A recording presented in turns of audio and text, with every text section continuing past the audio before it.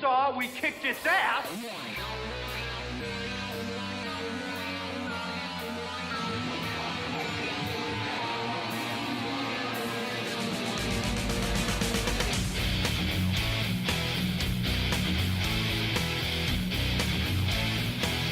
What is going on, guys? It's been a while. It's been a while since we've done Rise and Shine movie news.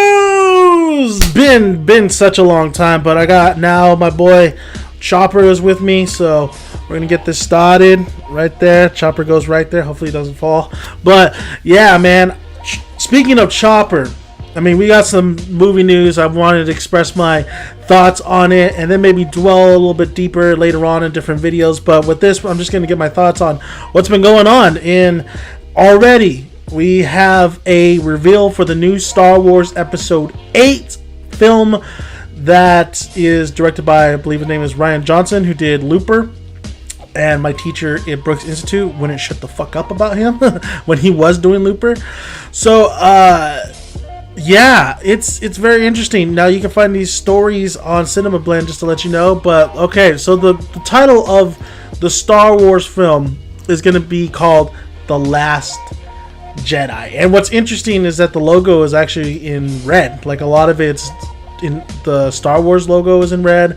The Last Jedi is in red. Like that's very interesting for the fact that maybe they're going to go a darker route. Definitely in this film, you know how it is.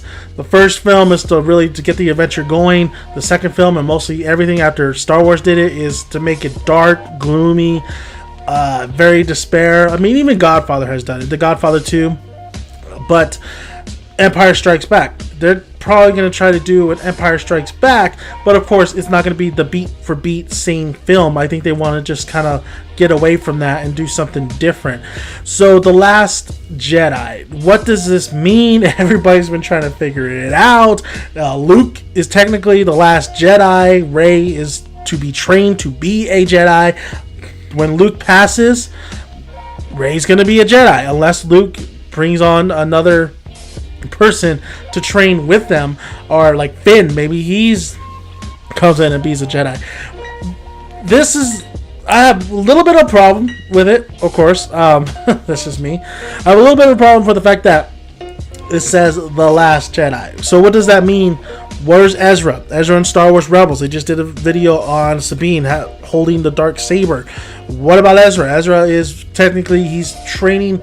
He's basically training to be a Jedi. And if you think about it, Luke, he got a pass. He got a pass because he's the only one. But him training with Yoda, he didn't really do a lot of what the Jedis used to do. He didn't really go to the trials and tribulations, and he didn't have enough time to do that. So, yes, Luke is a Jedi, but he didn't really train as well. Train to be a Jedi Knight, like let's say Obi-Wan, Anakin had to go through trials. Obi-Wan, of course, had to. Qui-Gon at one point had to. So, of course, Luke gets a little pass because he's technically the last of the Jedi. But now that we've had Clone Wars, Rebels, the comics that are now canon, today's comics, the expanded universe is gone. But I really doubt that Luke is the last Jedi. I really feel like there are people out there that are technically was either trained by an old master Jedi who survived the Empire's attack, Order 66, or like Ezra. I guess that situation is like Ezra and Kanan. Kanan is training Ezra as much as he can to become a full-fledged Jedi, and just because they don't have this big old ceremony to declare him a Jedi doesn't necessarily mean that he's not a Jedi. I mean, a Jedi at this point is somebody who can master a lot of the things that the Jedis can do, and who's able to really not be conflicted with the dark side and really be able to balance everything out. That now makes you a Jedi, and of course it takes years and training, but not Luke, of course, but that is right now. I'm talking about right now with Luke being technically the last Jedi. That is what all it takes to be a Jedi. I mean, it's not back in the day. There is no ceremony. There is no trials and tribulations anymore. It's different. There's going to be trials and tribulations that are done differently since Luke didn't really go through an intense trials and tribulations. He did go to the cave, and all that stuff. But that it's different. It's going to be a lot different. Of course, Rey's going to have the bulk of it because Rey have more time to now focus on her training. Luke training Rey, and she's gonna have to do a lot more than what Luke did. But The Last Jedi, questions out there, but I just really feel like that The Last Jedi doesn't necessarily mean that it's The Last Jedi. There has to be people definitely with Force power out there, definitely maybe have been trained by old masters who you thought were dead are still alive. I mean, I would like to see where Ezra is at this point. A lot of rumors are Benicio del Toro is Ezra. What's that all about? I don't think he is. I don't think he's going to be the older version of Ezra, but we'll see. So, The Last Jedi, I really do think that Finn is a Force wielder. I don't think he could be trained to become a Jedi, but I think he is a Force wielder. I mean, a lot of people were debating whether he was or was not, but I really do think that he could be a Force wielder, and they really hinted at it. They really hinted at it. Of course, they went Rey's route, which is absolutely awesome and fine. Like that exactly. I want Rey to be a Jedi, but why not Finn? I mean, I think that they were kind of hinting at that, and it depends on this director and depends on his writing if he wants to go that route or not. We'll see. But it did hint as well that Finn may necessarily not even be a Force wielder, because he always referenced throughout the whole film he's better with a blaster than a lightsaber. But damn, does he has fun with that lightsaber in that fucking Force Awakens, does he? So The Last Jedi, I don't know how many times I'm gonna say that damn word. It's different. It's different than like a lot of the Star Wars names. The Empire Strikes Back, Revenge of the Jedi, I'm thinking when George Lucas changed it. Revenge of the Sith, Return of the Jedi, The New Hope, Phantom Menace, Attack of the Clones. So The Last of the Jedi. So this is definitely gonna be so. It's going to be all about Rey, and it's going to be all about Luke. Now, my theory is that since Thrawn is actually in Star Wars Rebels, just changed different timelines, and even Timothy Zahn is actually working on a Thrawn book, a canon book, which is actually absolutely awesome. But I'm still hoping, crossing my fingers, that Mara Jade is at least referenced, because I think Rey is still Luke's daughter. But I think Mara Jade is an actual canon character, because she's just too damn popular. Just like Darth Bane is popular, just like Thrawn was popular. So these are characters that could be used. They could definitely be used from the expanding universe to the films today. Just change different order and timeline and all that stuff.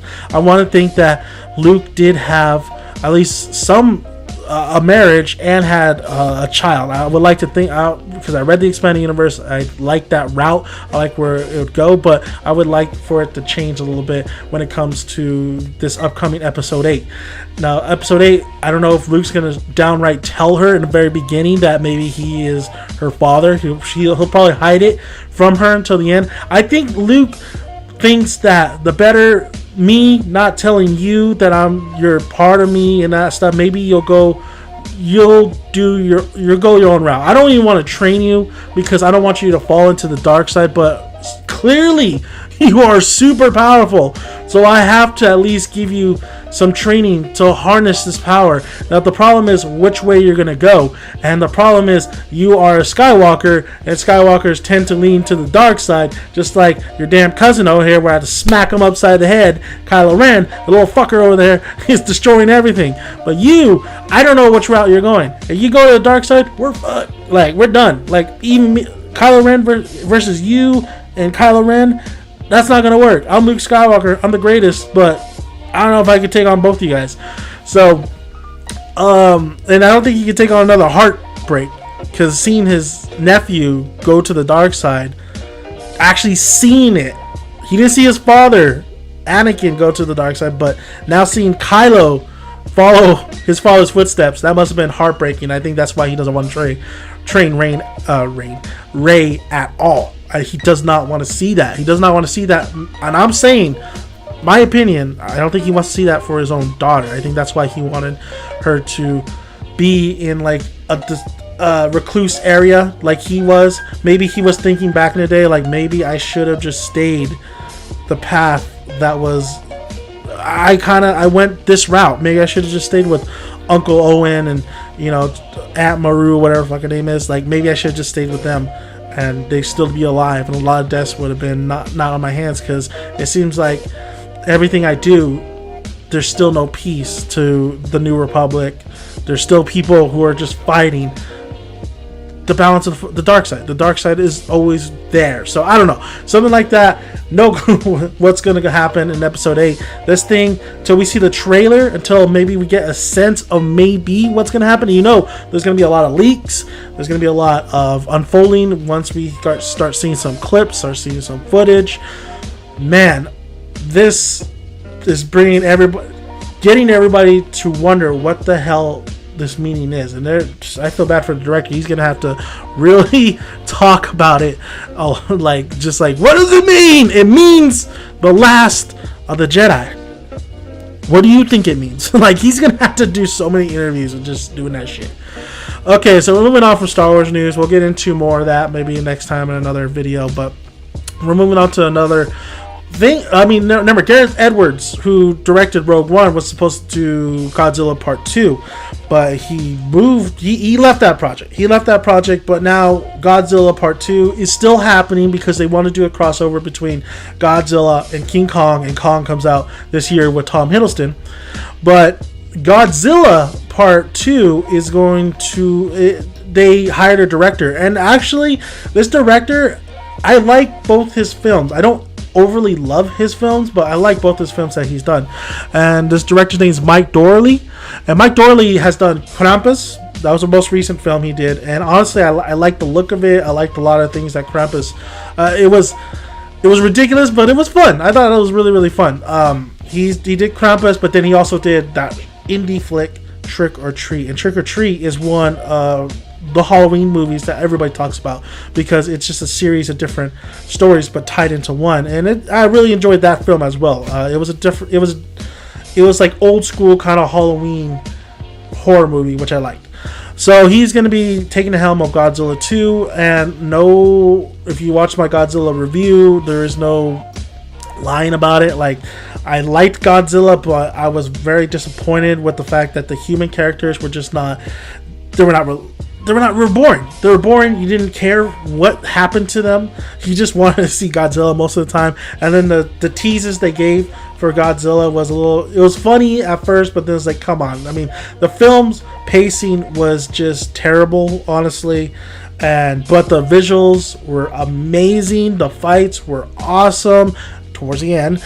And Bryan Cranston, when he died, it was just like, come on, man. Like, that was the best human character you have, and I don't think anybody wanted to see Heisenberg go out like that. So we'll see what he brings to the table for Godzilla Part 2. I don't think visually it's going to be as stunning as the first one, but I think it's going to be a lot more fun.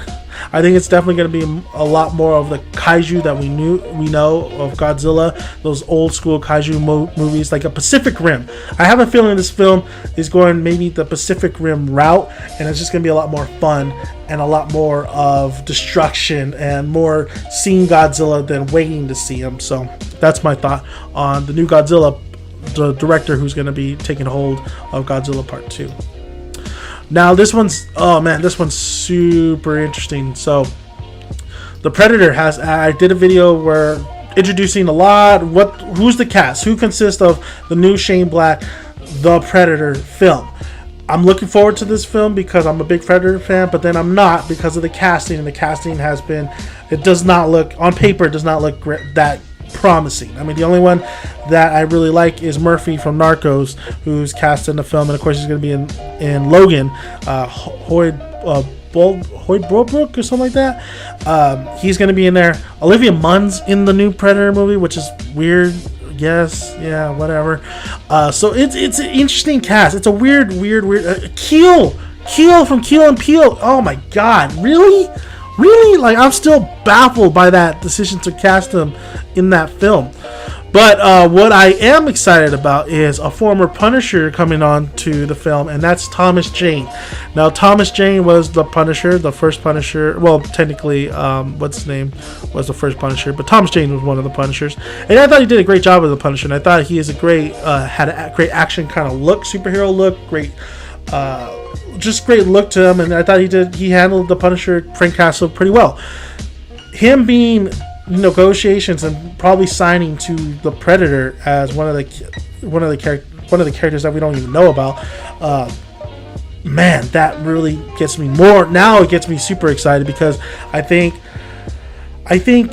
Boyd is really good in Narcos, and I think he's gonna kill it in Logan, but I don't think he is leading man material. I think he's definitely the second leading man material, but I think Thomas Jane is the leading man material for this type of film. I think he is, because we all known him from The Punisher, and we all know what he's capable of doing. I think Thomas Jane is a great move and a great way.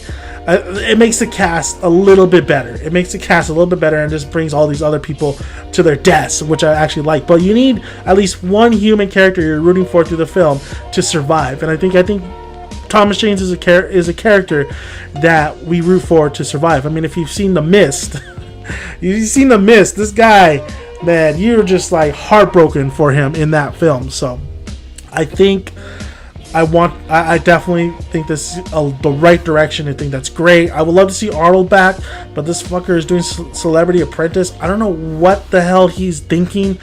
Honestly, he's pissing me off, honestly, but it is what it is. He wants to do another Conan movie, which makes sense too, but what made sense was not doing Terminator Genesis, but doing another Predator film, which leads us to our next story. So, Terminator. Oh man, the Terminator franchise is dead. It's been dead. It's dead. It should not come back.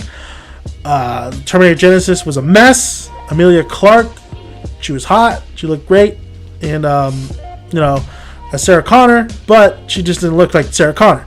Or how about fucking, what's his name, as Michael Bihn's character, Reese. Oh, God. Just, Terminator Genesis. God, like, they should have ended it after 1 and 2. After 2, boom. Who was the director of those 2 films? Who created the Terminator? Well, technically, somebody sued James Cameron, who created Terminator, but James Cameron is the brains of that franchise. So when he left and Terminator 3 happened, which I think the ending was really great, but the movie was terrible. Terminator Salvation, promise. Most anticipated movie, I was looking forward to it. It was shit. Absolute shit. And then Terminator Genesis, God. So James Cameron, I believe in 2019, he's going to get the rights back to the Terminator franchise. Because they're not going to make another Terminator film. No, Chopper! I'm sorry, Chop. They're not going to make another Terminator film. It's just not going to happen. Because how poorly the critics... It made money, which is kind of crazy overseas. But it poorly the critics gave it. And it's just not going to make any more money, honestly, if they do it again. So, but the rights go back to James Cameron. And James Cameron currently working on a lot of the Avatar films. There were supposed to be like fucking 3 more Avatar films. Jesus. I don't know if Avatar is supposed to come out this year, the newest one. I'm not sure. But yeah, he's working on 3 more Avatar films. So he has his like hands full with those. But he's decided to produce the next Terminator film and hand it over to Tim Miller, who directed the first Deadpool film. Because there's going to be a second one coming out, and he's not involved in the second one. He did the first one. Miller, that was his first directorial debut with Deadpool. I thought he did a fantastic job. He made great shots. I mean, clean shots. You can see everything. The action sequences, sometimes when you don't see anything, actually you can see a lot of shit. So I thought he did a fantastic job with Deadpool. Thought he did a great job with a lot of the action sequences. So fantastic. But if you're going to do a Terminator film, James, I'm talking to you, James Cameron, helmet, direct it. You say you want to actually just finish it, be done with it, conclude it, then you need to film it. You need to write it. You need to film it. You need to fix it. That's the only way it's gonna work.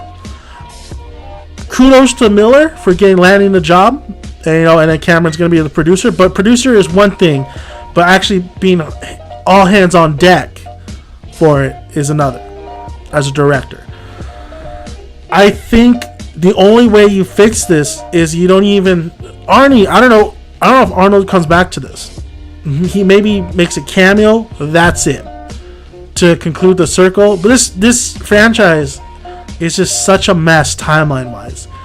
It's already destroyed. That's why I like to think that the second one, that was it. It was just 1 and 2. This franchise is at the point where, like, remember the prequels came out, Phantom Menace came out, and people were pissed at George Lucas, and everything was unfixable, and it still is unfixable with those prequels. That's the Terminator franchise right now. But there is no Force Awakens that's going to bring it back, because Genesis fucked it up so bad that I don't even think James Cameron himself could fix it. So I think it should end. I don't think it should happen. I'm gonna do a big breakdown of why I think it shouldn't happen. But James Cameron will get the rights back, I believe in 2019, and he's gonna hand the movie over to Tim Miller while he produces.